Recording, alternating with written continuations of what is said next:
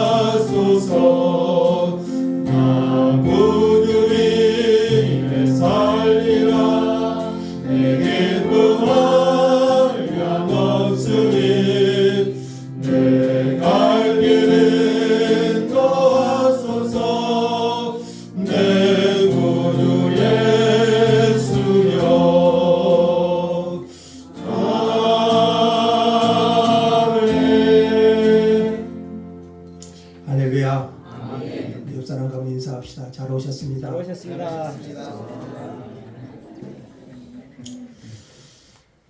우리는 지난 주일에 구제 사역을 맡기기 위해 스데반과 빌립 등 7 일꾼을 택하여 세운 일을 살펴보았습니다.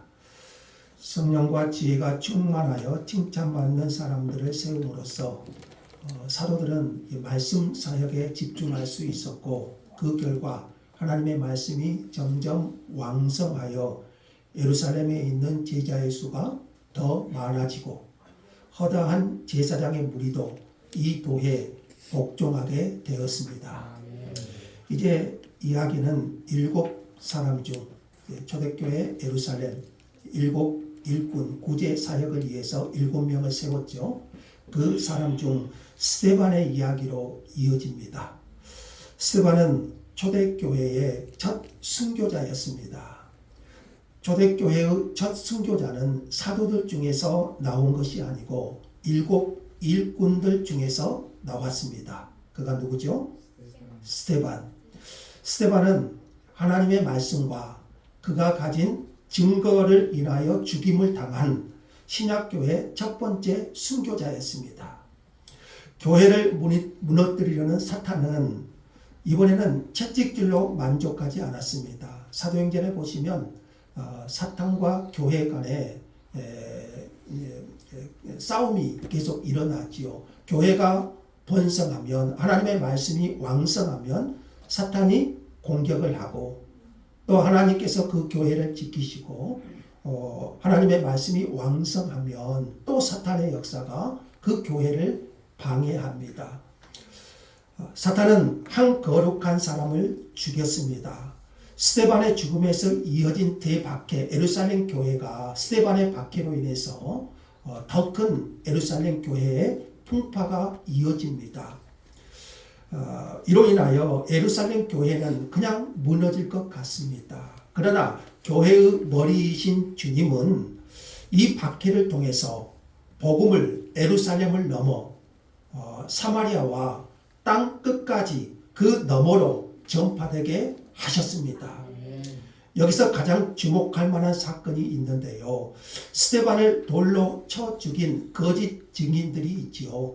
그 증인 중에 한 사람인 사울의 회심입니다. 사도 바울이 회심하기 전에 이름이 사울이죠.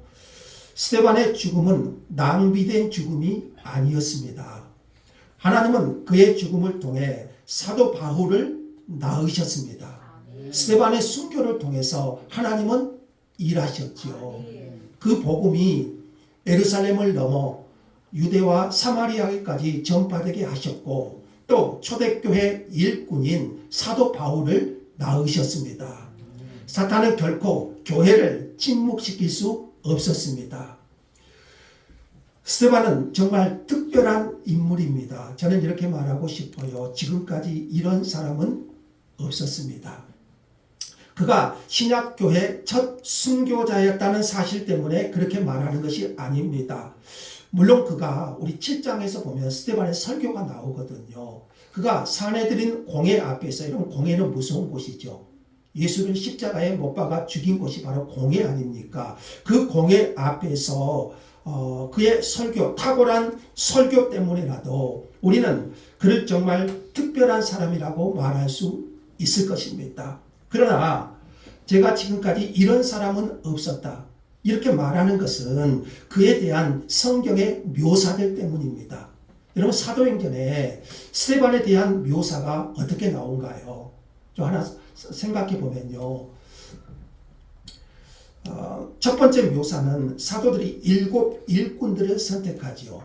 그 7 일꾼들을 선택하는 조건에서 볼 수 있는데, 스데반은 성령과 지혜가 충만하여 칭찬받는 사람. 자, 이거 우리가 살폈고요. 또 두 번째는 예루살렘 교회 회중이 사도들의 이 7 일꾼을 세우는 조건에 따라서 이런 사람을 세우죠. 믿음과 성령이 충만한 사람. 지금 누구를 설명하고 있나요? 스데반이요. 믿음과 성령이 충만한 사람을 예루살렘 회중이 세웠다고 했습니다. 성령과 지혜가 충만하였다는 말과 믿음과 성령이 충만하였다는 말은 같은 말이죠. 지혜는 성령이 주시는 선물이고 믿음도 그러합니다. 그래서 성령과 지혜, 믿음과 성령, 이렇게 말하고 있지요.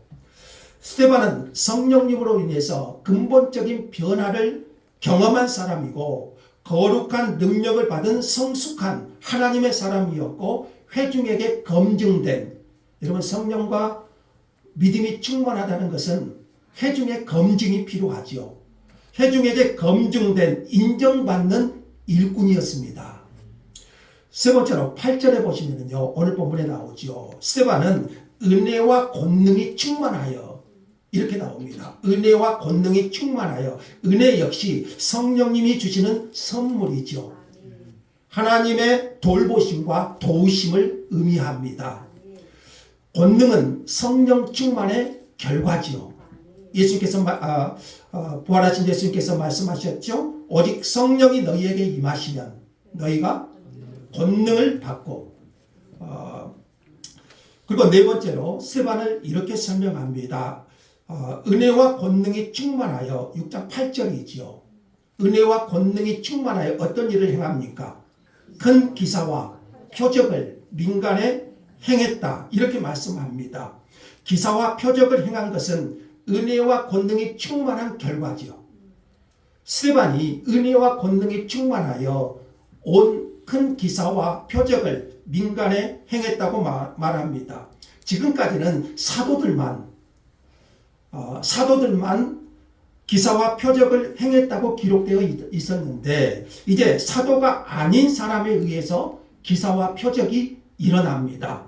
이것은 하나님의 역사가 사도들뿐만 아니라 더 보편적으로 나타나기 시작했음을 보여주고 있지요. 다섯 번째로 스데반은 또 이렇게 설명합니다. 6장 10절에요. 지혜와 성령으로 말하는 사람, 저는 이게 참 다가오는데요. 지혜와 성령으로 말하는 사람, 이 사람이 누굽니까? 스데반, 지금 스데반 설명하고 있죠. 예수님께서 이렇게 말씀하신 적이 있죠. 너희의 모든 대적이 능히 대항하거나 변박할 수 없는 구병과 지혜를 주리라. 자, 이 말씀이 사도들에게서만 아니라 지금까지는 사도들에게 그런 일이 공회 앞에 사도들이 붙잡혀 갔을 때 변박할 수 없는 구병과 지혜를 주셨잖아요. 그런데 이제 스데반을 통해서도 그 말씀이 성취되는 것을 보게 됩니다. 그러니 스데반과 논쟁하던 사람들이 어찌 그를 당해낼 수 있었겠습니까? 성령과 지혜로 말한 스데반을 결코 논쟁에서 이겨낼 수 없었던 것이지요. 그리고 마지막 하나 더 볼까요? 그 얼굴이 공회 앞에 선 신문을 받기 위해서 공회 앞에 선 스데반의 얼굴을 보니까 그의 얼굴이 어땠어요? 천사의 얼굴처럼 보였다고 했어요. 천사의 얼굴. 이 표현은 신약 성경에서 유일하게 스데반에게만 사용되었어요.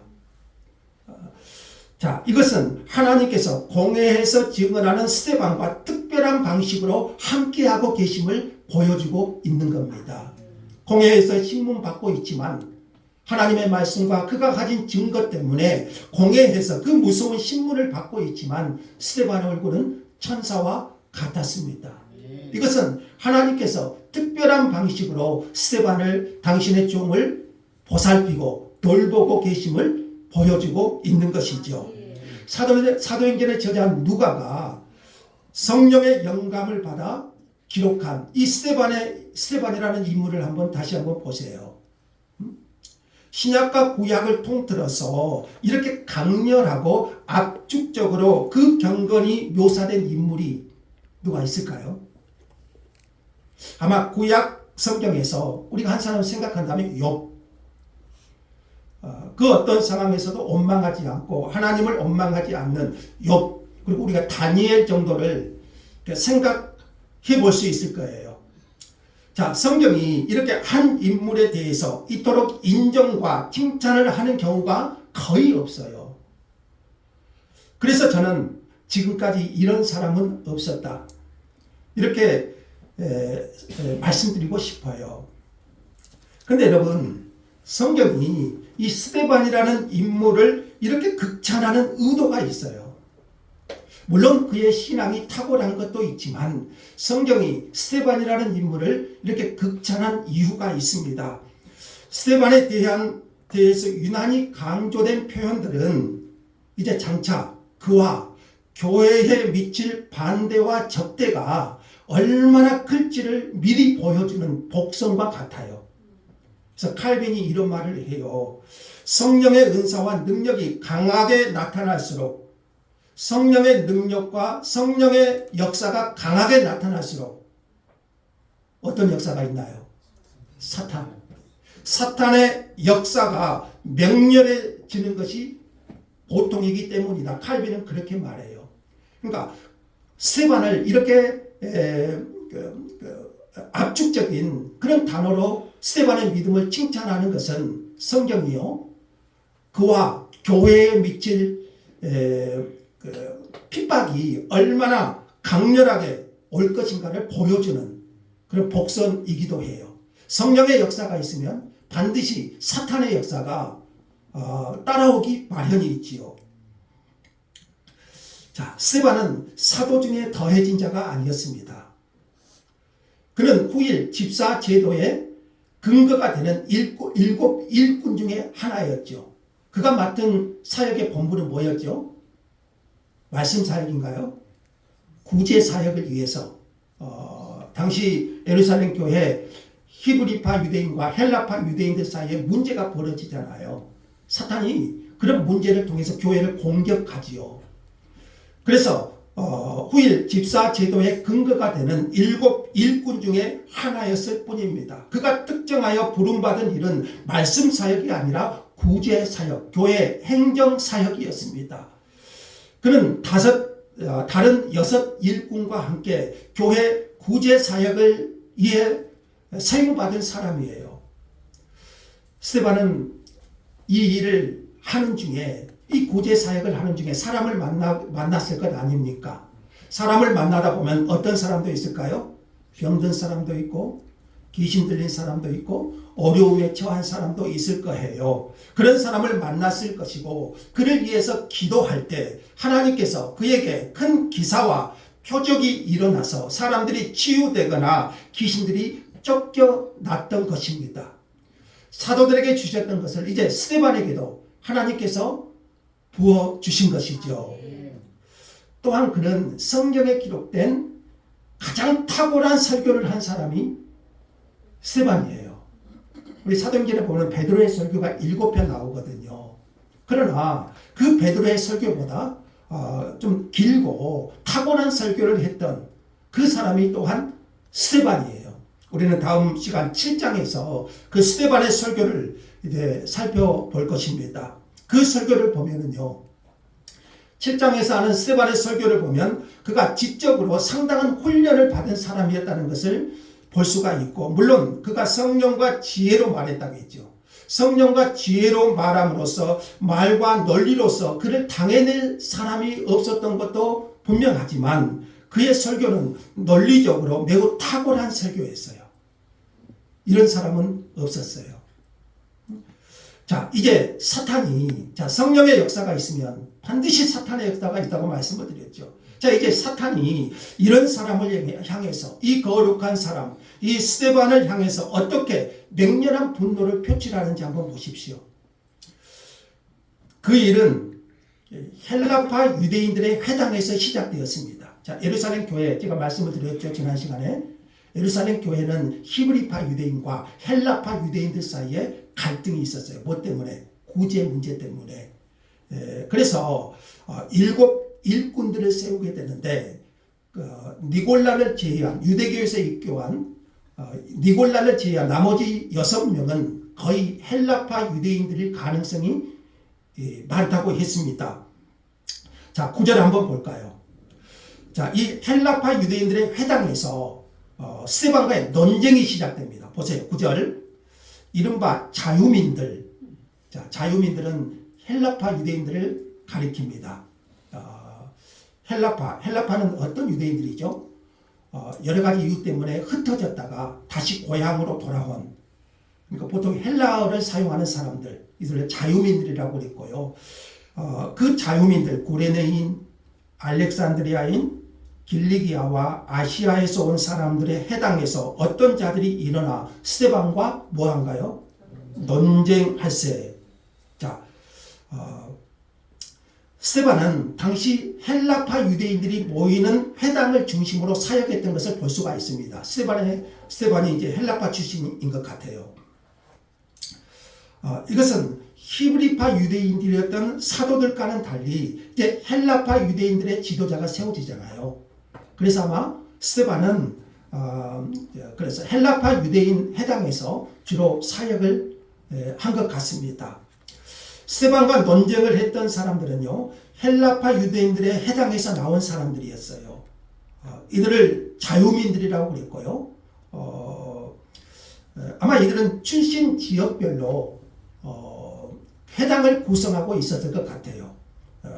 구레네인, 알렉산드리아인, 길리기아인들, 그리고 아시아에서 온 사람들, 출신 지역별로 우리나라가 6.25 때요, 북한 정권이 기독교를 말살하잖아요. 그래서 이제 북한 성도들이 자기들의 터전과 재산을 포기하고 남한으로 내려와서 교회를 세워요. 그래서 그 사람들 중심으로 고향 사람들 중심으로 교회가 세워지고 함께 활동했던 것과 같아요. 그래서 디아스포라 유대인이라고 그러죠. 흩어졌던 유대인들이 고향으로 돌아와서 이제 회당을 구성하면서, 그래서 구레네인, 알렉산드리아인, 길리기아인 이렇게 회당을 구성하면서 이제 활동했다고 볼 수가 있습니다. 자, 이 지역들 중에 여러분 이 지역이 좀 익숙하죠? 구레네 어디서 나온가요? 자, 구레네는 아프리카 지역인데요. 북부 아프리카 지역인데 예수의 십자가를 짊어졌던 시몬의 출신지죠. 구레네 시몬. 그 시몬의 출신지고, 알렉산드리아는 애굽의 도시인데 당시 약 50만 명의 인구가 살고 있었는데 그중 10만 명이 유대인이었다는 그런 기록이 있습니다. 자, 그만큼 유대인들이 많은 지역이 알렉산드리아고요. 자, 이곳에서 탁월한 성경고사, 우리 사도행전에 보면은 그가 누군가요? 아볼로. 아볼로가 이 도시 출신의 유대인이었습니다. 알렉산드리아 출신이죠. 아볼로. 성경교사. 자, 그리고 길리기아가 나오죠. 길리기아는 사도 바울의 고향이 어디예요? 다소라는 곳이죠. 다소. 다소가 있는 것이 길리기아 지역입니다. 이들이 예루살렘에 돌아오게 된 것은 각기 이유들이 있을 거예요. 가장 큰 이유는 아마 이것일 거예요. 성전을 가까이 하고 가능하다면 죽어서라도 성전 가까이에 머물고 싶은 그런 소원 때문이었습니다. 그래서 이들에게 성전의 존재는 남달랐어요. 여러 가지 밖으로 흩어졌던 유대인들이 다시 고향으로 돌아와요. 성전 중심으로. 그래서 성전에 대한 존재는 남달랐고 성전에 대한 이들의 헌신은 특별해요. 자, 이 배경을 알아야 다음 7장에서 스데반의 설교를 좀 더 이해할 수 있습니다. 자, 스데반은 이들의 회당을 방문하면서 복음을 전했습니다. 그러나 회당에서 일어난 어떤 사람들은 스데반과 논쟁하려고 했고요. 자유민들 회당, 헬라인들의 회당에서 스데반과 논쟁하려고 했고, 하지만 그들은 스데반을 능히 이길 수가 없어요. 이 논쟁에서. 이유가 뭘까요? 10절에 나온 것처럼 지혜와 성령으로 말했기 때문이에요. 사람의 말이 아니라 지혜와 성령으로 하나님의 성령께서 그와 함께 하셨기 때문이에요. 근데 여러분, 이 논쟁의 패배는 교회를 향해 불어닥칠 맹렬한 분노의 단초가 됩니다. 자, 논쟁에서 패한 사람들, 이제 스데반을 어떻게 할 수가 없잖아요. 그래서 이제 거짓 증인들을 매수합니다. 11절 한번 봅시다. 사람들을 매수합니다. 논쟁에서 이길 수 없으니까 사람들을 매수하여 거짓 증인이에요. 어떻게 말합니까? 이 사람이, 그러니까 스데반이 모세와 하나님을 모독하는 말을 우리가 들었노라 하게 하고 거짓 증인들을 매수해서 스데반을 공회에 세우고자 합니다. 스데반을 논쟁으로 이길 수 없었던 사람들, 결국 거짓 증인을 세워가지고 스데반은 신성 모독죄로 성전을 모독하고 모세의 율법을 거스리고 그 죄를 씌워가지고 그를 죽일 음모를 꾸민 것이죠. 율법에 의하면 신성 모독죄는 어떻게 처리하죠? 돌로 쳐서 죽여야 하는 가장 크고 무서운 죄예요. 그래서 거짓 증인들을 세워가지고 스데반을 그렇게 공회에 세우고 죽이고자 한 거예요. 스데반을 논쟁으로 이길 수 없어서 거짓 증인을 세웠던 사람들 중에 우리는 회심하기 전에 사도 바울, 사울이 있었을 것이라고 추측할 수 있습니다. 그렇다면 길리기아 출신인 바울이잖아요. 사울이잖아요.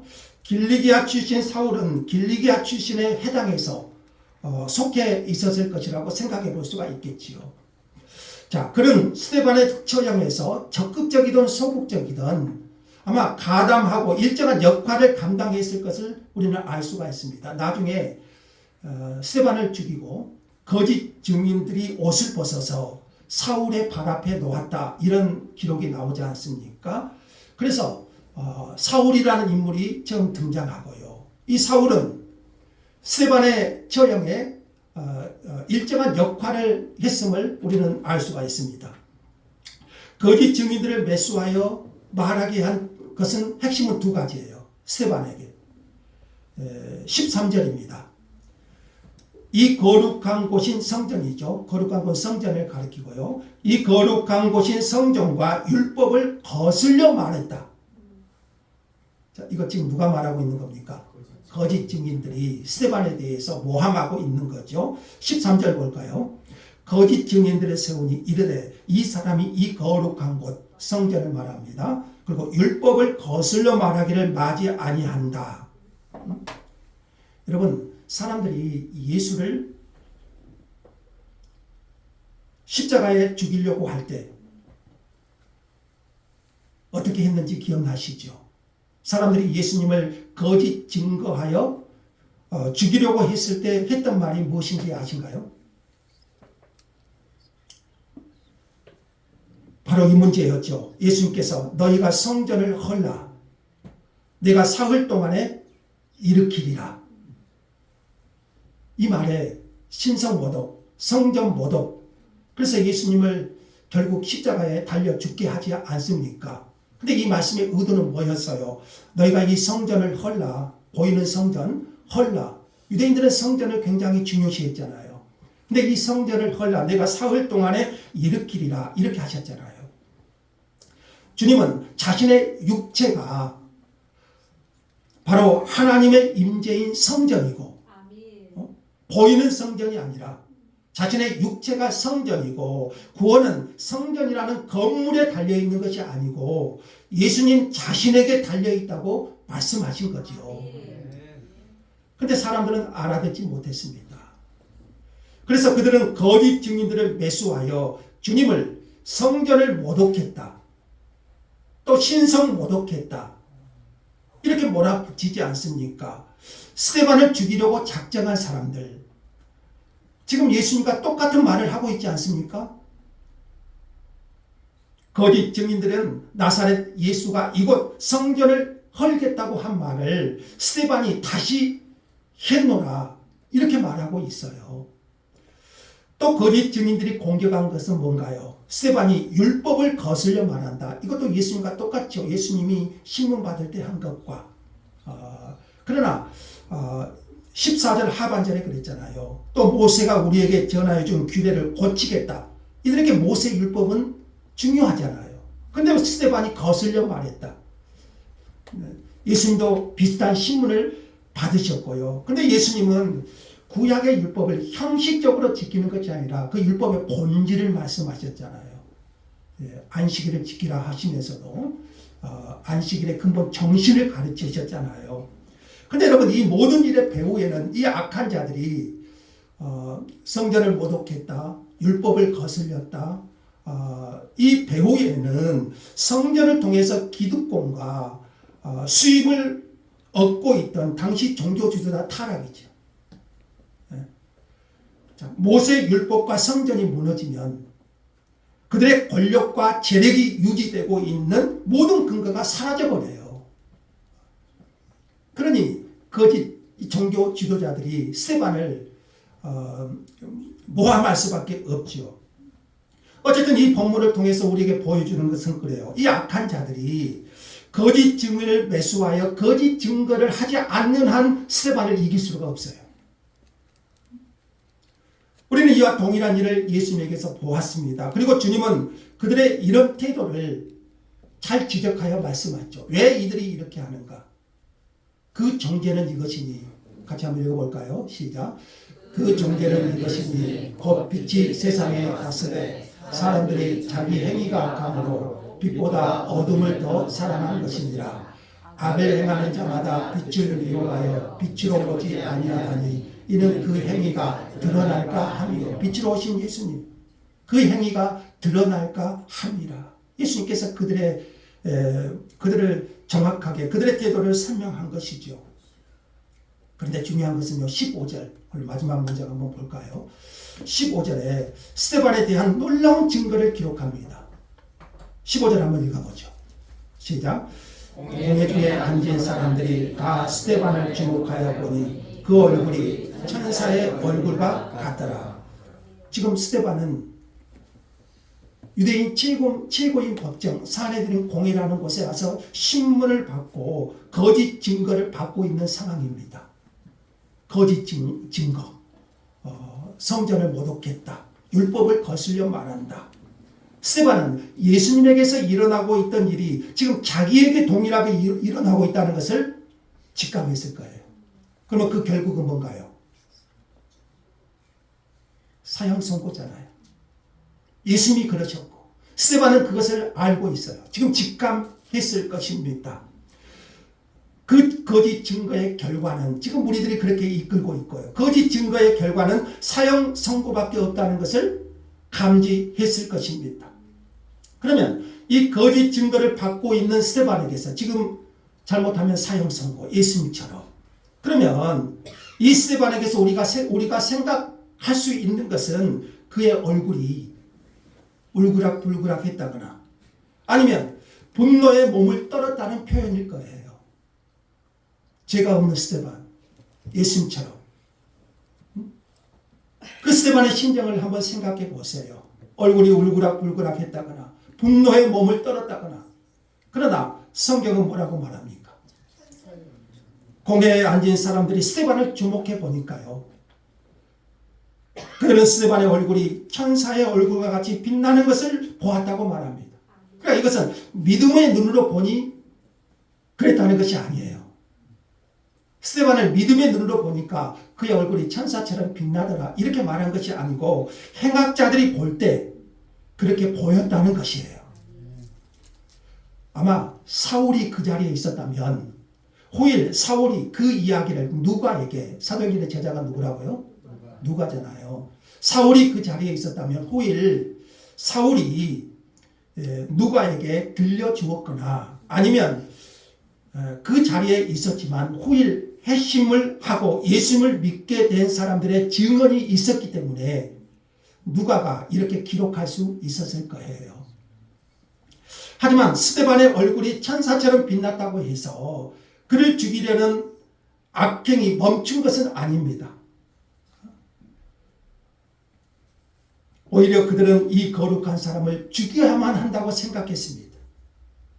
예수님이 하신 말씀 있잖아요. 그를 죽이지 않으면 그들의 뭐가 드러난가요? 악행이 더 드러날 수밖에 없었기 때문에 그를 죽여야만 한다고 더 생각했을 거예요.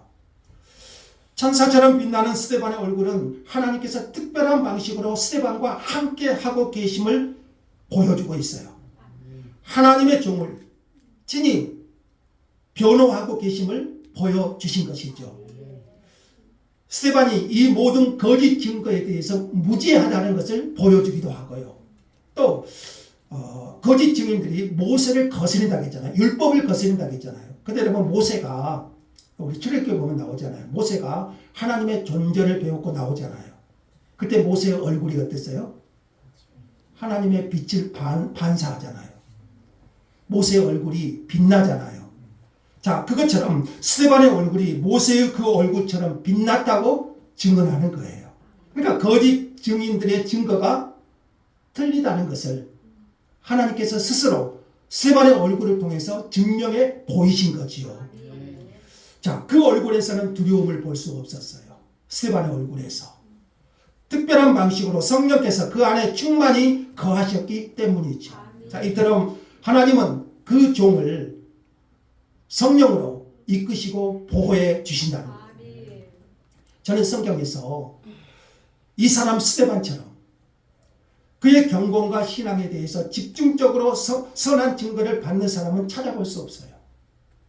뭐 구약의 욥이나 다니엘 정도 생각해 볼 수 있겠지만 그는 성령과 지혜가 충만하여 칭찬받는 사람, 말씀과 믿음이 충만한 사람이었고 은혜와 권능이 충만해서 큰 기사와 표적을 행하였고 성령과 지혜로 말함으로써 그를 당할 사람이 없었고요. 거짓 증거를 받는 중에도 그의 얼굴은 천사처럼 빛났다고 말해요. 우리는 교회의 7 일꾼들을 세우게 되었을 때, 우리 사도행전 6장 7절이죠. 7 일꾼들을 세웠을 때 하나님의 말씀이 점점 왕성하여졌다. 자, 이렇게 증거하고 있어요. 이것은 사도들의 사역의 우선순위를 정한 것이죠. 그래서 구제 사역은 7사람에게 맡기고 말씀 사역에 집중하다 보니 거기에 따른 결과였다고 할 수가 있고요.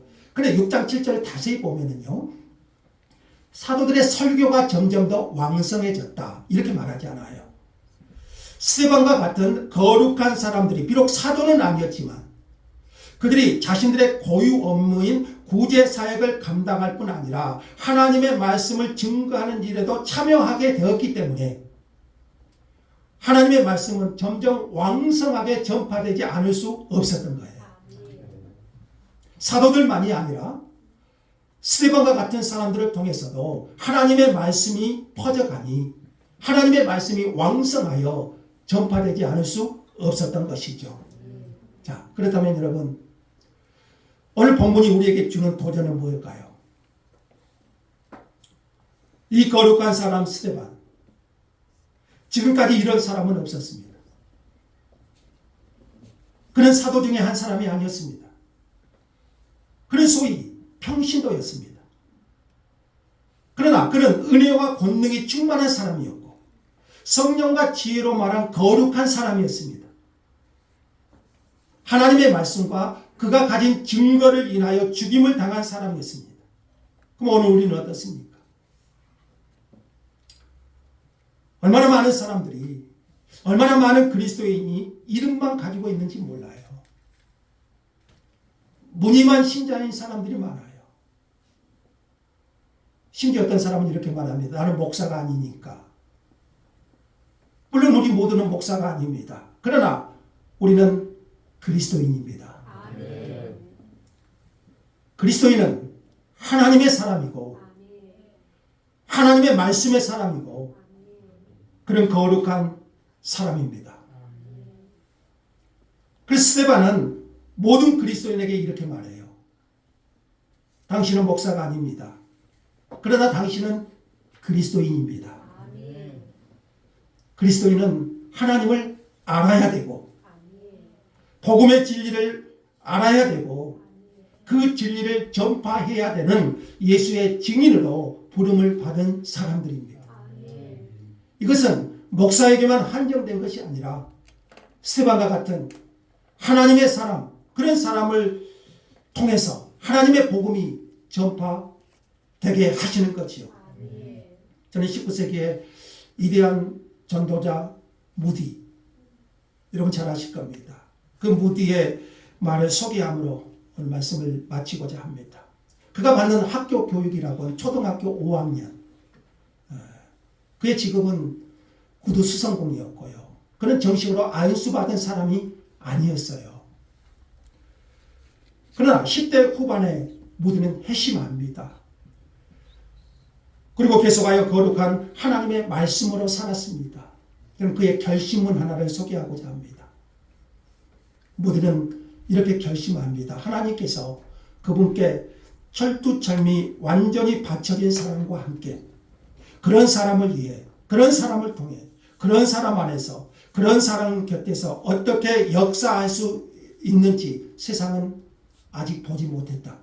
마지막 문장 같이 한번 읽죠. 나는 그런 사람이 되고자 최선을 다할 것이다. 나는 그런 사람이 되고자 최선을 다할 것이다. 그런 사람이 바로 스데반이었고 그런 사람이 바로 무디였어요. 하나님은 그런 사람을 찾습니다.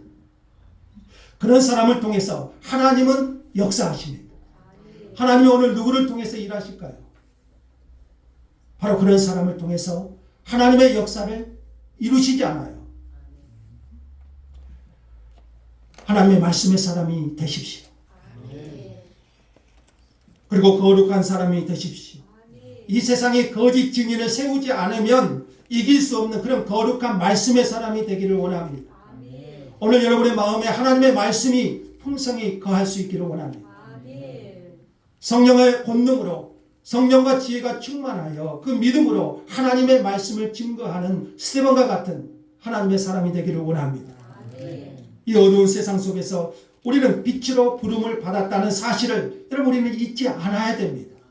하나님이 저와 여러분을 빛으로 부르셨어요. 자, 우리는 말씀으로 그 어둠을 비추는 빛이 되어야 되는 거죠. 오늘 이 거룩한 사람 스데반을 통해서 우리에게 주시는 도전이 아닌가요? 이 사람 스데반처럼 하나님의 성령과 지혜가 충만하여 하나님의 말씀으로 이 시대를 밝히는 빛의 사도들이 될 수 있기를 주 예수의 이름으로 축복합니다. 감사합니다. 하나님, 이 사람 스데반 우리에게 주셨사오니 이 말씀이 도전이 되게 하시고 우리가 이 세상을 살아가면서